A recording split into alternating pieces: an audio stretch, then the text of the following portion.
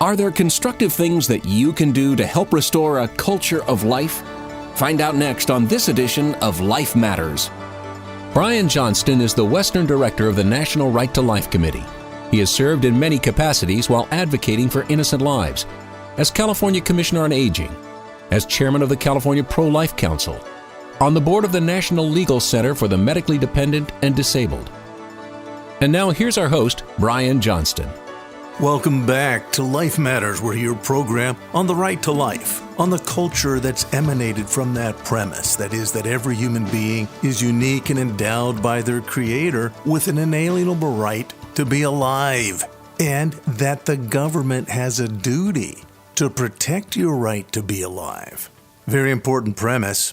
Well, that's under attack, you know that, and there's a battle of ideas now for whether or not our nation is going to continue to build laws on that self-evident truth, on the premise that your life is valuable. So we're going to talk about the implications of that. As you know, we always talk about the significance of the Roe v. Wade and Doe v. Bolton decisions. I want to remind you, if you don't know this already, go back and check it out yourself. Doe v. Bolton has controlling authority over Roe v. Wade. And many people will read Roe v. Wade and say, oh, this isn't so bad. It just talks about trimesters. And then there's some other psychobabble in there. It never refers to the mother, because it ever talks about a mother, that means there's a baby. No, it's really about women's rights, and somehow trimesters come into that. But the real power of 1973 was unleashed through the Doe v. Bolton companion decision, and it never gets talked about. That's where Justice Blackmun and the same judges, exactly the same vote count, 7-2. Exactly the same situation, except it had to do with the law in Georgia. But that's where Justice Blackmun said, no, in the basis of health, we need to allow abortion at any time. And then he defined health. Go ahead and read about it. It's actually a lot of psychobabble, because it isn't her life, as some people think. No, it's the health, and the health is defined for the abortionist. It can be the psychological, the emotional, the financial, her age. It can be any sociological factor that the abortionist wants to come up with. The abortionist is the ultimate decider. And you know what? That's one of the reasons that even radical feminists don't really like those decisions, because it makes the abortionist the decider. And Justice Ginsburg, who is the leading pro-abortionist on the Supreme Court, she's a radical feminist. And she doesn't think it should be up to abortionists. She is truly a feminist. And that's part of the thing that sticks in the craw of the radical feminists. So they want abortion on demand, whatever a woman wants, not the attending physician. So this battle is with us. It's very real. But it did really come to a head in 1973. And as you know, there are demonstrations and there's a lot of activity around the anniversary of those events. We're going to talk about that. And I think it's important that you understand what this battle is so that you're equipped in this battle, because it's still raging, it's still around us, and it impacts all of lives. It doesn't just impact those kids who are killed in abortion.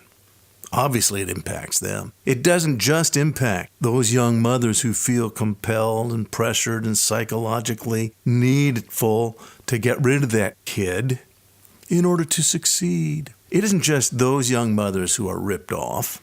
Our entire society has been ripped off by this dramatic change in the law. So we're going to talk about that and the events of the January 22nd activities in Washington, D.C. and across the nation, and especially in California. And we're going to give you some new ideas.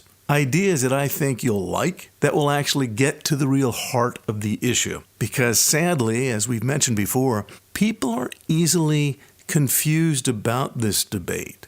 And they want to make it about, well, babies are sweet and I like babies, and so let's just care for babies and not care about the law. That's political, and I don't like politics and people don't like. So let's just get alternatives, and that's enough. And we won't stop abortion. Don't try to stop it. And that's very unfortunate, because it means those individuals don't understand the power of the law and what's really going on and the implications of not stopping this human holocaust, because that's what it is.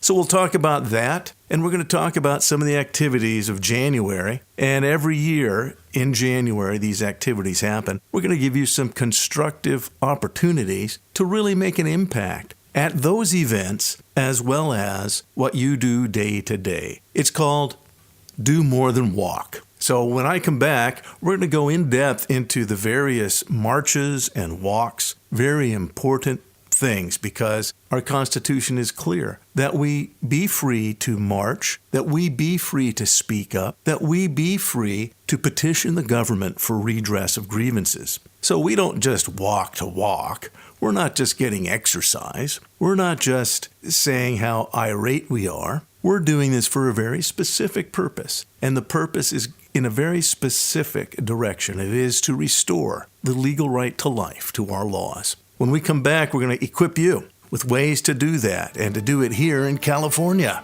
We'll be right back after this. You're listening to Life Matters. California Pro-Life is looking for folks like you to help us bring common sense back to our state. Would you like to volunteer?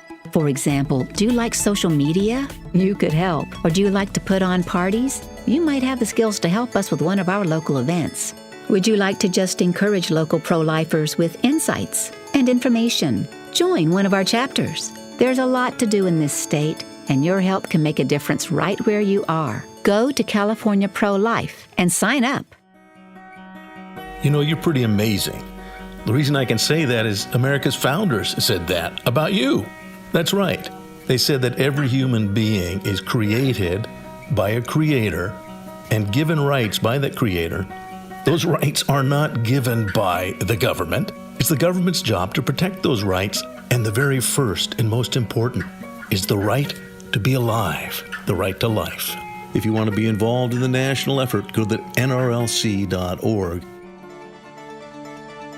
And now back to more Life Matters with Brian Johnston.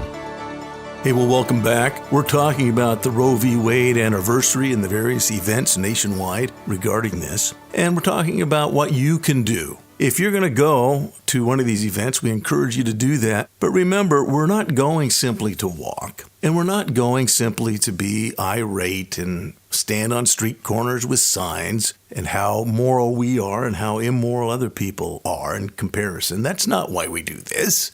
We're here because we want to accomplish a change in the cultural values. And cultural values are represented in your laws.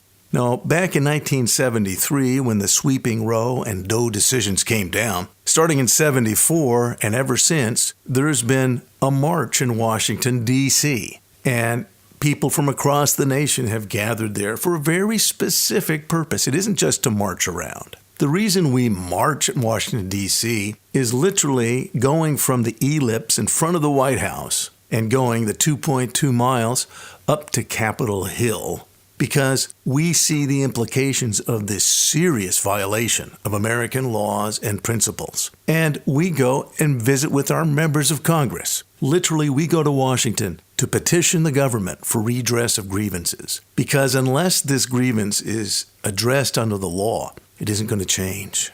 And a lot of people have lost sight of that. They think, well, let me just do something else so I don't have to offend people who might disagree with me.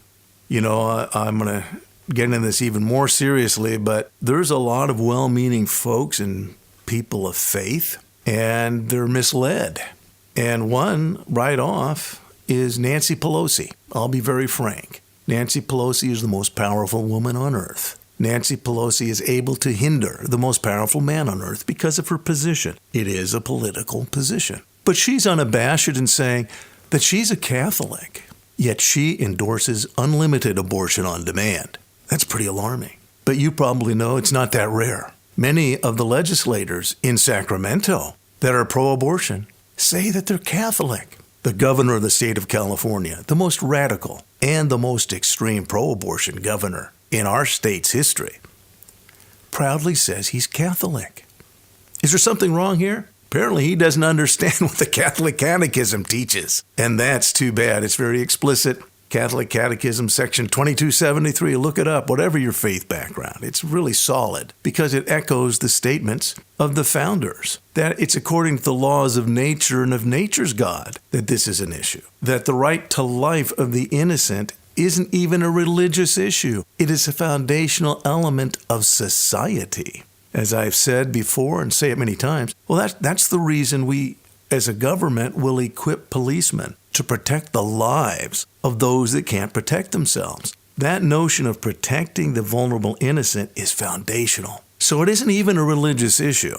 Well, a lot of people think it is, and that can lead to problems because then the mishmash of their feelings and the mishmash of different aspects of theology get all mixed up in there. And they start saying things like, well, the right to life is about so much more, and therefore we need to make it about so many other things. I've had some serious phone calls about pro-life folks in Los Angeles, to be honest. And there's what's called the Walk for Life in LA, but they've changed it to One Life LA.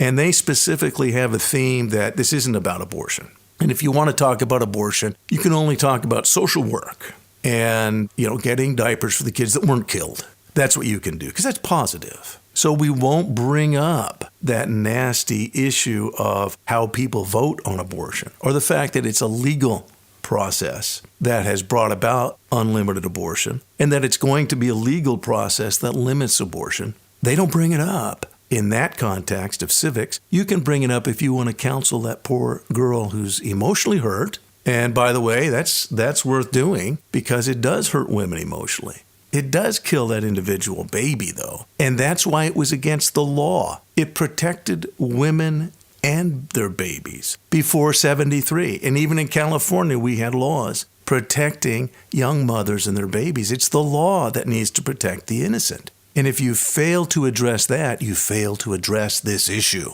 But the people who have complained, many of them are Catholic, to be honest, that it's been redefined at One Life LA in this walk. And there you walk for international borders, that somehow that is now part of the right to life. As I said, and feel free to check it yourself, section 2273 at the Catholic Catechism says that's not the case. That the right to life is a very specific legal principle, and it isn't about giving resources to other people. It isn't about the emotional trauma we feel regarding other social issues. There's a lot of other social issues, but none of them hold the candle to killing.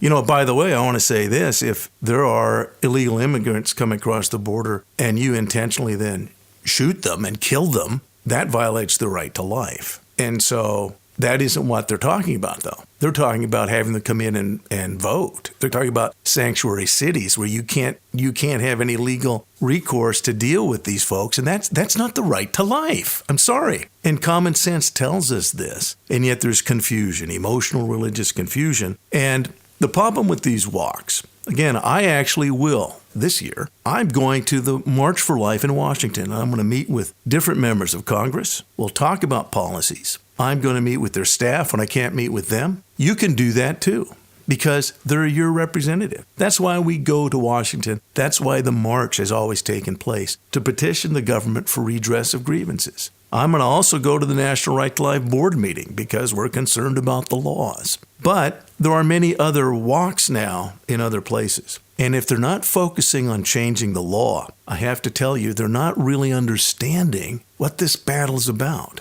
And I want to encourage you now as we talk about January 22nd, that there's things you can do. If you go to one of those walks, well, fine. But remember what the real battle is. It isn't about my personal theology. It isn't about other social issues. I mean, think of it this way. What if on the anniversary of Dred Scott, that's the Dred Scott decision, which legalized slavery in the United States in 1857, what if on the anniversary of Dred Scott, people opposed to slavery said, well, we're not going to protest Dred Scott. We're going to have a fiesta for all the other social reasons and social concerns we have. Let's blend it all together and make it about life. Let's just celebrate life, and we won't protest this law regarding slavery. Well, that's absurd, because slavery is a very specific violation of the right to life, and if you haven't read it or heard it, go to my program on Lincoln and Life, because he actually referred to the slavery issue as violating the right to life.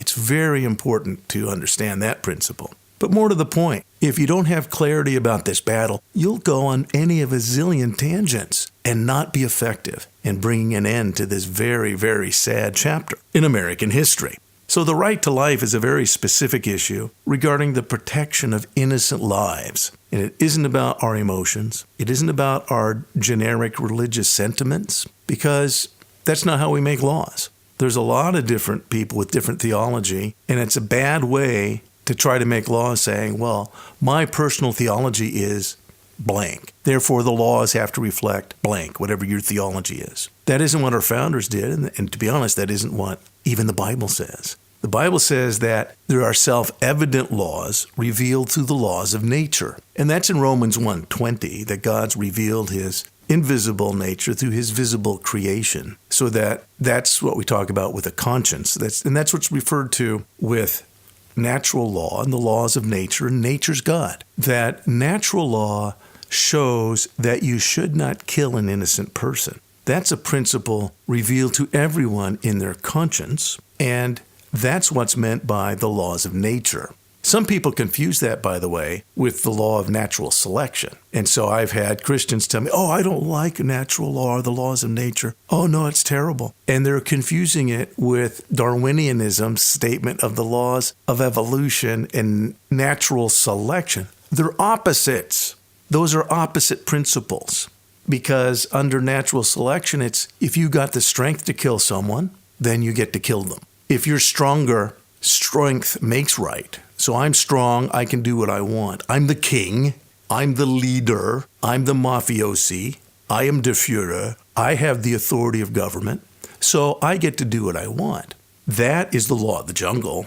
That's what's referred to in the law of natural selection, that the strong survive, the law of the jungle. It's the opposite of the much more philosophically significant laws of nature and nature's God, natural law.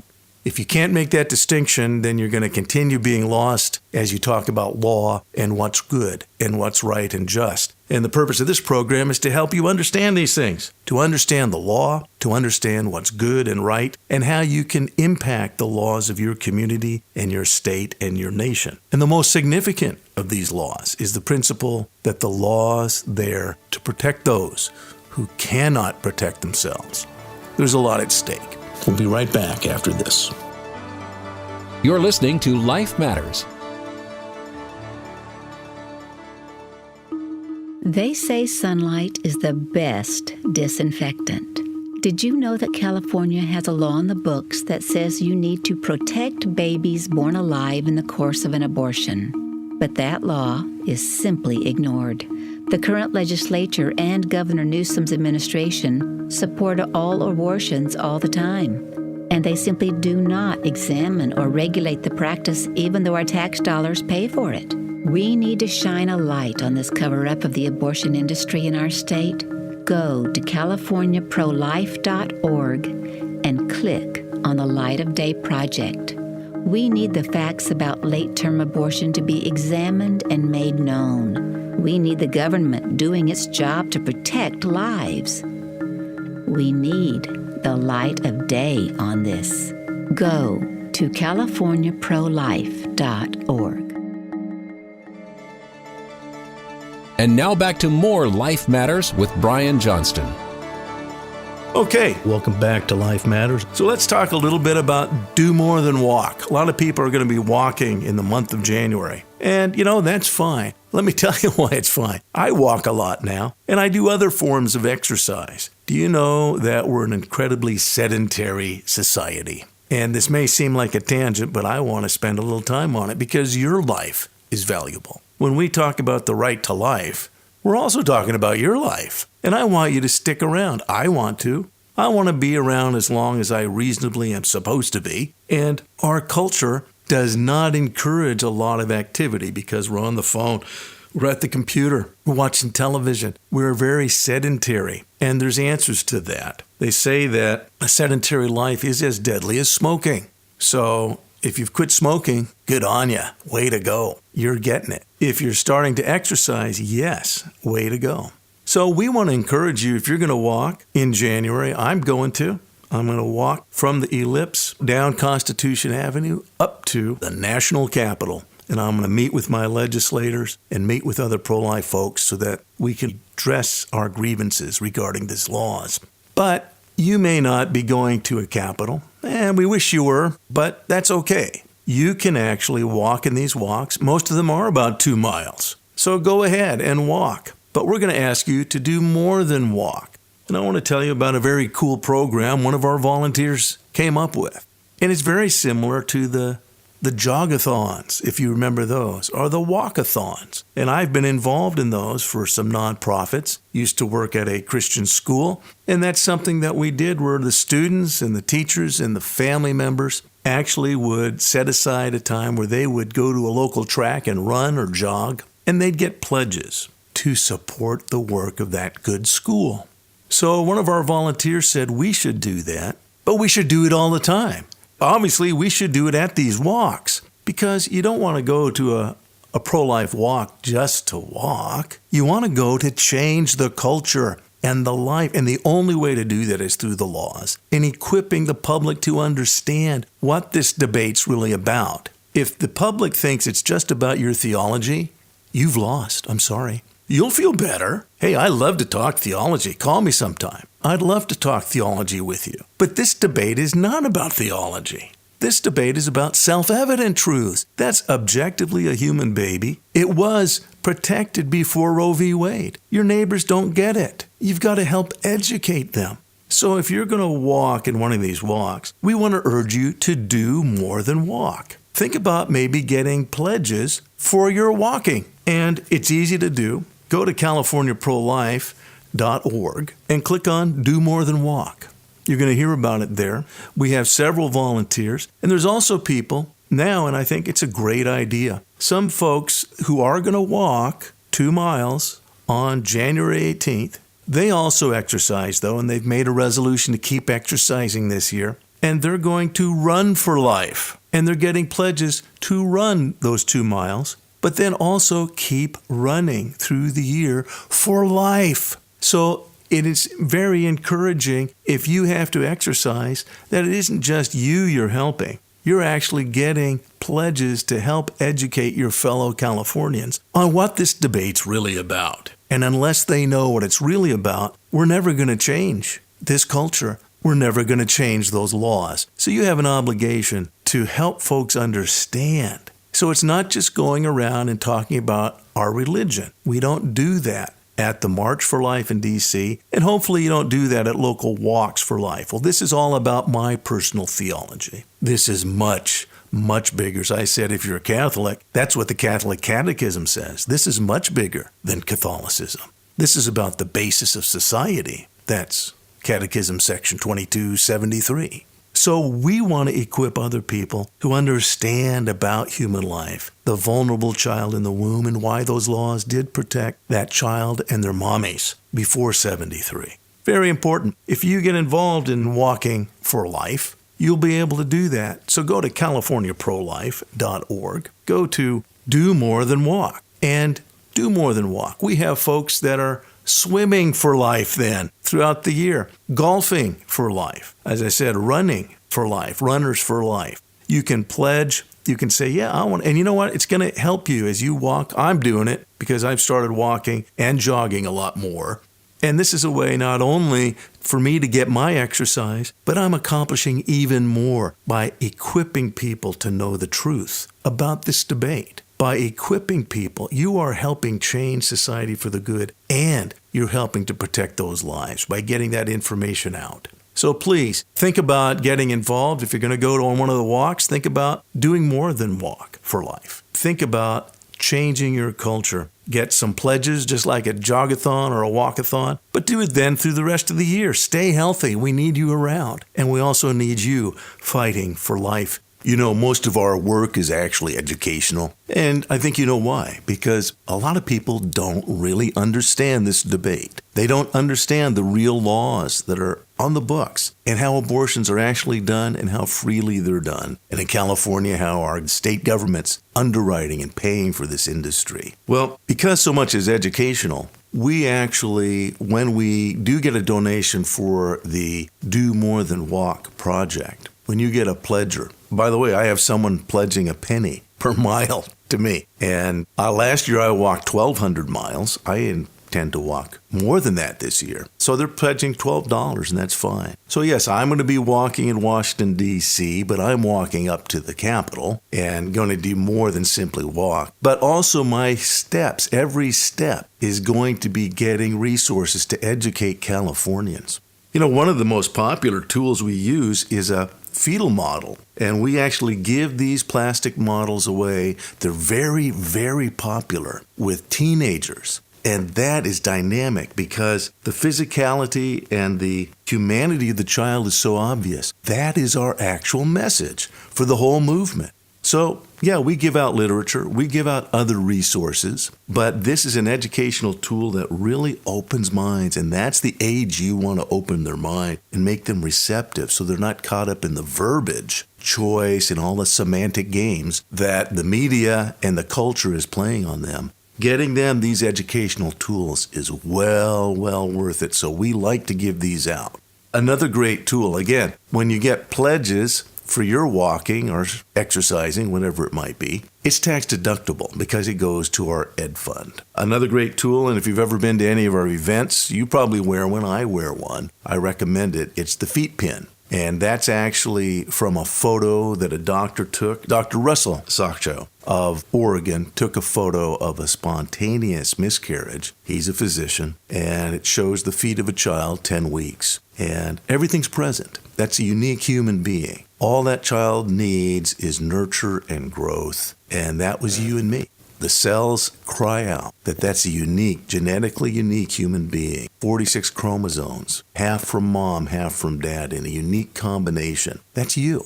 That's me. That's a human life. These physical educational things that underscore the physicality of this human baby, it's more powerful than the literature we give out. But these are powerful tools, and we're educating a new generation. So we want to recommend exercise this year. We want you around. We want you healthy. But think of doing more than walking. If you're going to one of these walks, do. As I said, I'm going to D.C., glad to do it. And we have a young lady who's also swimming for life. She's going to get pledges per lap. And that's wonderful, and it's all tax deductible. Go to CaliforniaProLife.org and sign up to do more than walk. I want to thank you for listening, and thank you for standing for life. Learn more about everything in today's show online at lifematters.life, where you'll find all the resources you need to protect life. Life Matters is a production of the California Pro-Life Council, the state affiliate of National Right to Life. Wherever you are in the nation, you can find out more at National Right to Life. You can find vital pro-life information and also find the access to your state and local Right to Life affiliate. Get informed and get involved.